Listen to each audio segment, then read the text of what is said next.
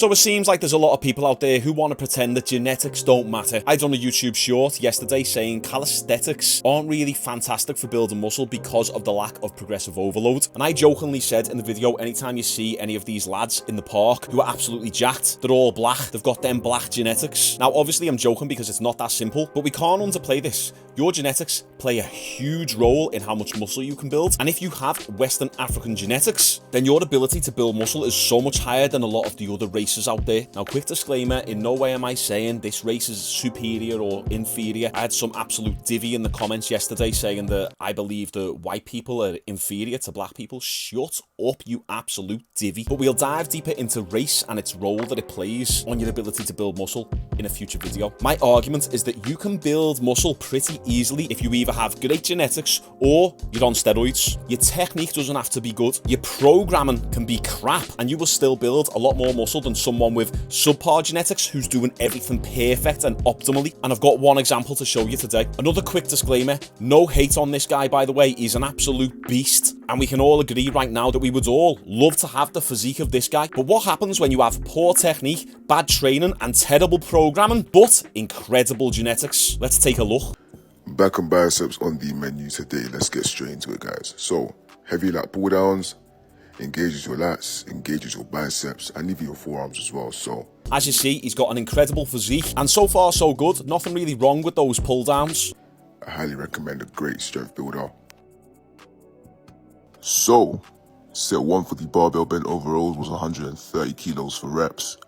Then set 2 I offloaded to 100 kilos for that 12. Did you see anything wrong there? First off, the lad is barbell rowing 130 kilograms. That's quite impressive, but is it really? Look at how much muscle this lad has compared to me. You think that he can lift a lot more than I can, obviously. Yet, using this technique and this amount of momentum, I can barbell row around 110, 115 kilograms. The lad also has a really rounded back as he's doing them. We can also see as he's rowing up the bar, he's letting go of the tension completely at the top. He's doing what I call the dip, where you get to the top of the rep and you do this. Like that. People do it on lateral raises as well. They'll dip at the top and it allows them to use more weight than they can actually truly handle. Yet to look at this guy, you'd think, well, he's doing something right, because look at him, he's in crazy shape, so something's working. That does not mean that what he's doing is optimal or right. What he's doing is actually completely wrong, but the genetics let you get away with so much. See, for set 3 and 4, I did 110. I don't know what you guys call this. I don't know if it's a bent over deadlift row or like a pulls bend over row, I don't know.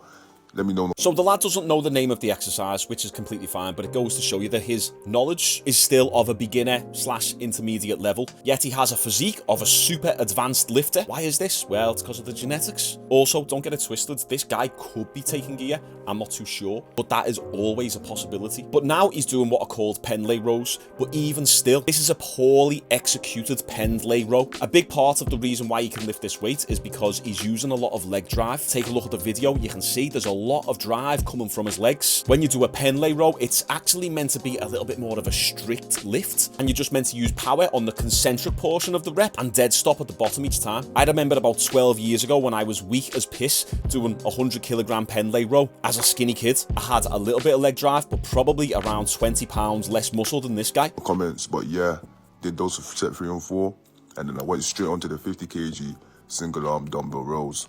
Now he's doing single arm dumbbell rows. You probably think, oh, that's a cool exercise, nothing wrong there. Well, my friends, doing a barbell row into a single arm dumbbell row, it's the same movement pattern. The shoulder position doesn't change, therefore it's still hitting the exact same muscle. Think about it, look at the shoulder. A barbell row, here, single arm dumbbell row, cable row. Nothing is changing at the shoulder, therefore you're not actually creating any new stimulus. The single arm dumbbell row works exactly the same muscle as the previous exercise he's just been doing. His momentum rows and his fake pendlay rows and his dumbbell row pretty much all achieve the exact same outcome. Make sure on the down motion you control it, and then on your way up, explode. He also says make sure on the down motion, also known as the eccentric portion of the lift, that you control it. There is no control executed in these reps. Once again, you can also see that he's doing the dip at the top. There's actually zero control to any of these lifts. Yet look at the size of them. Now we got the 35 kg hammer curls. You guys know about me and hammer curls. Need I say more? 35 kilogram hammer curls, pretty impressive. What would be even more impressive is if he could not rotate the shoulder back before actually initiating the curl. Anytime you see someone curling heavy dumbbells, look at the shoulder and the trap. You can see his traps rotating back before he initiates the curl. You can always tell if the person's using momentum, if the trap is contracting and then the shoulder's rotating back. Also, you can see his elbow come back as he does the curl. This shortens the range of motion. If I curl to here and pull my elbow back, but then I bring my elbow to where it should be, we can see I'm still missing a few degrees of range of motion. If I pull my elbow back, the dumbbell's not going to be able to fit in this position. So it's a subtle way of cheating. You'll see people and they'll go like that and they'll pull the elbows back and extend the shoulders back to shorten that bicep range of motion in order to be able to use a heavier weight. Don't get me wrong, if he was strict, he could probably still curl the 25 kilogram dumbbells, but I can also curl the 22s. So there's nothing special here. What you're seeing is someone with incredible genetics doing a bunch of cheat reps. Once again, no hate. This is me just trying to educate you guys on genetics. Finished off with some weight pull-ups.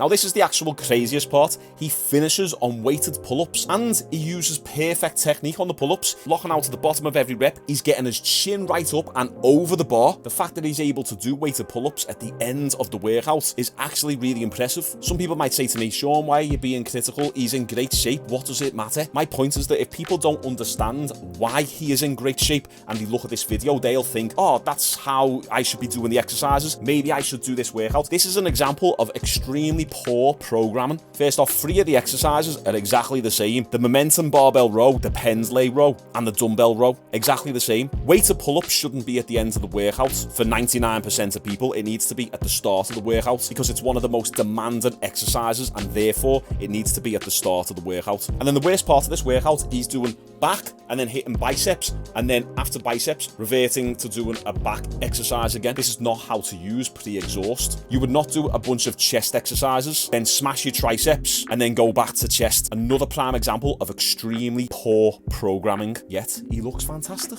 Once again, it's the genetics. Once again, boys, this is just me trying to bring light to how important genetics are when it comes to building muscle. Some lads really, truly don't have to try that hard. Now, granted, he trains hard. His diet is obviously on point as well, but you can take someone with bad genetics, get them to do his workout, and they won't even have a 16th of the results that he's got. He also said he's Nigerian, and Nigerians are known to have really great genetics for building muscle. So when we say black genetics, it's not that broad. It more so boils down to Western African genetics, which are really good for building muscle. So he has got that gene within him, and therefore that's why he looks the way he does. If you've got crap genetics, you cannot afford to have poor programming. You cannot afford to have crap technique. So if you have got bad genetics and you need any help with your programming and learning how to build muscle naturally with poor genetics, then check out my Natural Physique Academy down below. It's got everything you need in there, including 12 different workout routines for you to select from, and over 100 exercise demonstrations and 200 videos taking you through everything: training, nutrition, supplementation, and recovery related. Or if you want more of a customized plan, then apply for my online coaching, which have just opened back up. Okay, nice one, boys. If you're new to the channel, make sure you subscribe. We upload 7 days a week, and I'll see you tomorrow.